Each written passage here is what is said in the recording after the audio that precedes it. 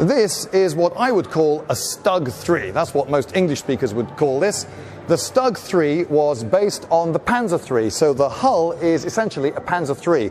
But instead of a turret, it's got a 75mm anti-tank gun mounted in what is sometimes called a casemate, a solid room for the crew on top there. So this doesn't pivot like a turret. If you want to make a big deviation, left and right, to see your enemy and shoot at him, you have to drive the entire vehicle in a neutral turn, one track going back, one track going forwards, and turn the whole tank that way. Oh dear! I do wish I hadn't said that, because I knew perfectly well that the Churchill came out after the Panzer III and was itself a pioneer of the neutral turn. Yes, it would be good for this sort of assault gun to be able to do a neutral turn, but in fact in World War II most tanks could not do a neutral turn, and the Panzer III couldn't. Let's have a look at the Panzer III turning on the spot. You see?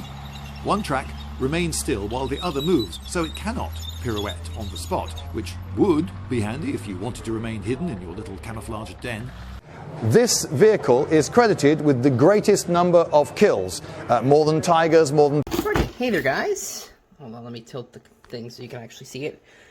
Today we are going to be looking at Dragon's Stug 3 Ausf G, May 1943 production model. So we'll just take a quick look at the box here. I'll back it up so you can see it better. That's the front of the box cover. I wish it showed the front of the tank, but I mean, that is a pretty cool shot there. I'll show you the side, which is basically the same thing. Okay, I didn't even realize it said no dicker sticker. Okay, that's fucking hilarious. I really like the guy. This guy that I bought this from is really starting to be a real great guy. Anyone living in the Stratford region, he has a couple Stug kits. His name's Edward Kubiak. Look him up on Facebook. He has a couple Stugs for sale, and I really recommend dealing with him. Seems like a great guy. Gave me some tips on how to do the modeling business and everything. So if you're really interested in a Stug kit and stuff, definitely go to him. But we'll take a look at the box here. So you see the Stug, all the stuff, the production, fighting compartment. It actually has a full, like, it has actual interior to it and stuff like that. You can be elevated up or down. Side skirts are made with thickness because they're photo etch. Obviously, all this stuff. I didn't know it had 80 mils. Oh, the more you know. And then, yeah, and then the whole back with just a shit ton of everything. As you can see, here's the interior. You built up everything. You even have photo etch for the wheels. Actually, I'll use my knife to point. As you can see, you have photo etch for the wheels there. You have the hull and everything. It's really good. I thought I'd open it up on camera so that you guys see it just the same as I do. So we'll do the first incision. I'm just going to tilt this down a bit more so that you can get a better view of everything. Okay, so we'll just do a quick incision. Hopefully you guys like the new tripod, because that means I can do things a lot sturdier. And we'll just throw. I hope there's... Oh, and there's tape on the side. That's unfortunate. Yeah, sorry, guys. I know, yeah, I could have waited. Hold on, is the tape actually... Yeah, it's holding it. Okay, so, time to bust out the handy craft knife. I don't know why I had a stroke trying to say that there. So, we'll just cut the box. Okay, there's one tape seal, and then the other one's right here. And we shall see how this looks. I'm trying out a setup here. We'll see. Even if the kit review, I still don't know if I'll film the process of filming the entire thing. I might just show all the important parts. Okay, I think I'm actually cutting into the box, not the tape. But, fucking... Yeah, got me. Well, that's going to be on camera. That's embarrassing. Alrighty, so we get to see me maim myself live on camera because I'm a fucking moron. But, anyways, the show must go on because I'm an idiot. I'll get a band-aid in a second. I'm not... There's more tape seals, but okay. So, as you can see, and I'll just... Well, let's cut out the cocksucking moment. Okay, so here's the... First of all, we'll show off the tracks here, which are rubber band tracks, which I'm a big fan of. And yeah, they do look definitely nice. I really like rubber band tracks. I hate length and length tracks. I know there are people who like love them and would like kill their firstborn child if a kid doesn't have it, but like I prefer them. Here's the hull here and everything. And you know what? I'll take the actual sprues out of the the bags, but I won't do the tracks because I want to leave those in the bag for now. Or any, yeah, so, and then we'll just do a quick look through. Sorry if there's nothing on screen right now. Oh, she's bleeding a bit. Okay, so first of all, we'll do this sprue, which has some of the top stuff. And yeah, it looks good. To be fair, modern Dragon kits are very well done kits. Some of their older kits, in fact, I'm going to be building one of their older Shermans. It's a birthday gift that my dad got me. I'll be building that. Oh, they even give you, I think this is the armor for the thing. So yeah, there we go, that there. And, okay, and then here's more of the plates and everything. I'm not actually sure, there's some side fenders and everything.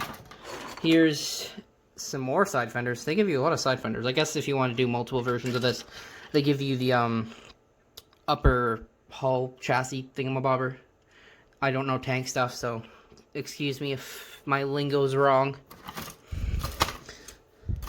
Again, got myself there. And it's fine. To be fair, you're not a modeler if you haven't cut yourself doing dumb shit before. And there'd be people like, that's actually not true. So here's a bunch of the photo etch for the tank here. You get engine grills, you get stuff for the wheels, and you get not many decals, but to be fair, I don't need a lot of decals on my kits, so that's fine by me. Here's, looks like parts of the fighting compartment. Oh, you can build, oh. This might actually be a tough choice here, guys. Leave in the comments. I might just do the straight up build. Actually, I might do an Instagram poll, so follow me on Instagram. BenMcTavish. I'll link it or something. Should I do the square mantlet, which is that boy there? Sorry for hitting the camera. Should I do that one? Here's some more fighting compartment stuff. Yeah. Or do I do the slightly penis shape mantlet?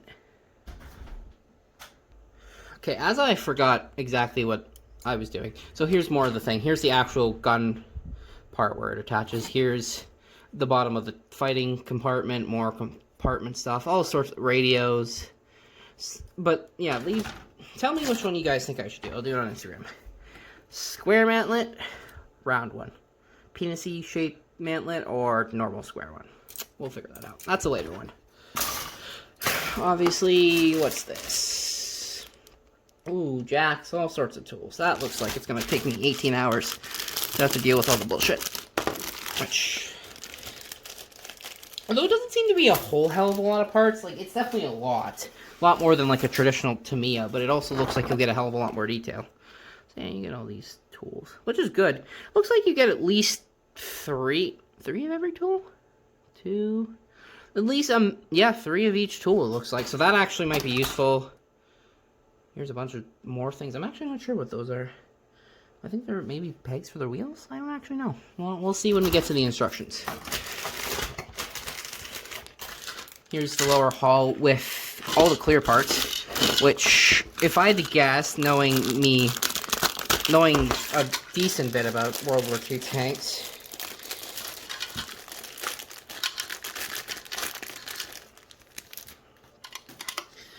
yeah, here's the hull, which is incredibly detailed. Like, it is wonderfully detailed. Yeah, you can see the fucking cut on my hand. Has all the, like, really well detailed. And here's the clear parts, with all the periscopes, and I don't know what this part here is, but maybe you guys can tell me in the comments. Although by the time you probably see this video, it'll be a full build video, so it's probably not gonna quite work out as I mean it to. Although, and this is the one thing I like about this tank, a lot more than the TACOM King Tiger I just built, is that all the big German cats, as I call them, and a lot of people call them, they tend to think, let's see how many fucking road wheels we can slap on a tank. I think it's like fucking how many is it? I think it's 4. I think it's like 12, 13, something. But like, these aren't as bad. So here's some more parts here, and they all look really nicely molded. They're all nice and clean. Yeah, so here's all this sort of stuff. You got the wheels, which are already really molded in, stuff like that, which makes my life a hell of a lot easier. There's 2 of these spurs. same spruce. So, okay. Oh, that is certainly interesting. Here's the side fenders, which are in plastic bags right now, but I'm not going to remove those.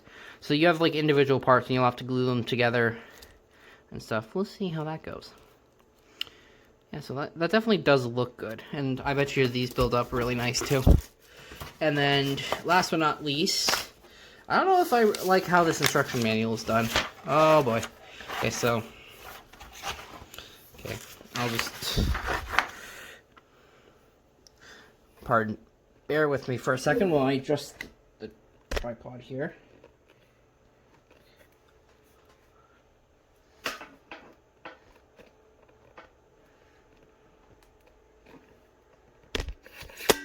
Shit.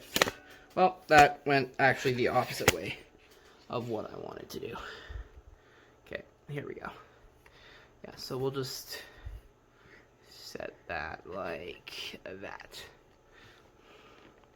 So yeah, that's... Okay. Fuck. Damn it. Okay. There we go. Yeah, sorry for the turbulence. It's just the way the instruction this thing is. So yeah, you can see step 1's there, 2. A lot of the steps per part, I will be honest, but it doesn't look like anything too apparently impossible to do. You have attaching everything. 8. Did we skip? 6. Oh no, 7 is there. Yeah, you can see that. Those switches. Then, yeah, those. The actual in the engine or the fighting compartment and everything, which you're not actually going to see on the tank, but it's definitely a nice inclusion. At least, like it's a nice thought, and yeah. And then camouflage scheme, and then a part list, and that, ladies and gentlemen, is the Stug Ausf G kit review part. The build review will be coming up next, and we shall see how that goes, how I plan to film everything, and how it goes. But hopefully you enjoyed this part, and we'll see you in the next. Hey guys, welcome back. This is the final review of Dragon's Stug Ausf G, which overall was a pretty good kit, and it does look good. I mean, if you look at the shipping I did, you can really see the different layers of snow, primer, the main base coat. I mean, it definitely does look good. Like, it looks good. And not that it really shows, but I did put some like dirt on the end of the barrel to make it look nice. But yeah, overall the kit wasn't horrible. A lot of fit issues, especially when it came to the interior, which sucks because I spent a lot of work building the interior only for it to be impossible to build with an interior, so I had to basically rip that all out. Same thing with the side skirts. I completely omitted them because they just wouldn't glue together properly and it looked terrible, so I left those off. But overall, it does look good now. I did a rust wash, I did a pin wash with Tamiya's black panel liner, and yeah, I mean, I went a little bit heavy on the rust texture or on the back. It just wouldn't quite come off, but overall it definitely does look good. Let's move that closer here, and you can see the dirt and everything I put on the tires. Not as much as I did on, like, for example, the Sherman Firefly, but overall definitely looks good, and I think it definitely looks good. And overall, it wasn't a bad kit. Not my favorite kit I've ever built, but it's not the worst I've ever built. And overall, I think the result in the end is worth it. But if you enjoy these model videos, obviously like and subscribe. It makes me feel a lot better. And you know, I'm gonna keep coming out with content. I have a Tamiya's Yag Pant. They're coming in the mail. Edwards Hawker Typhoon, the premium edition. I have a Sherman Firefly I'm gonna be building. So overall, it definitely, there's going to be a lot of great kits coming up. So if you definitely like this kind of content, make sure you subscribe and everything. I think you guys will enjoy it. But anyways, it's time for me to rock and roll on out of here. and I'll talk to you later.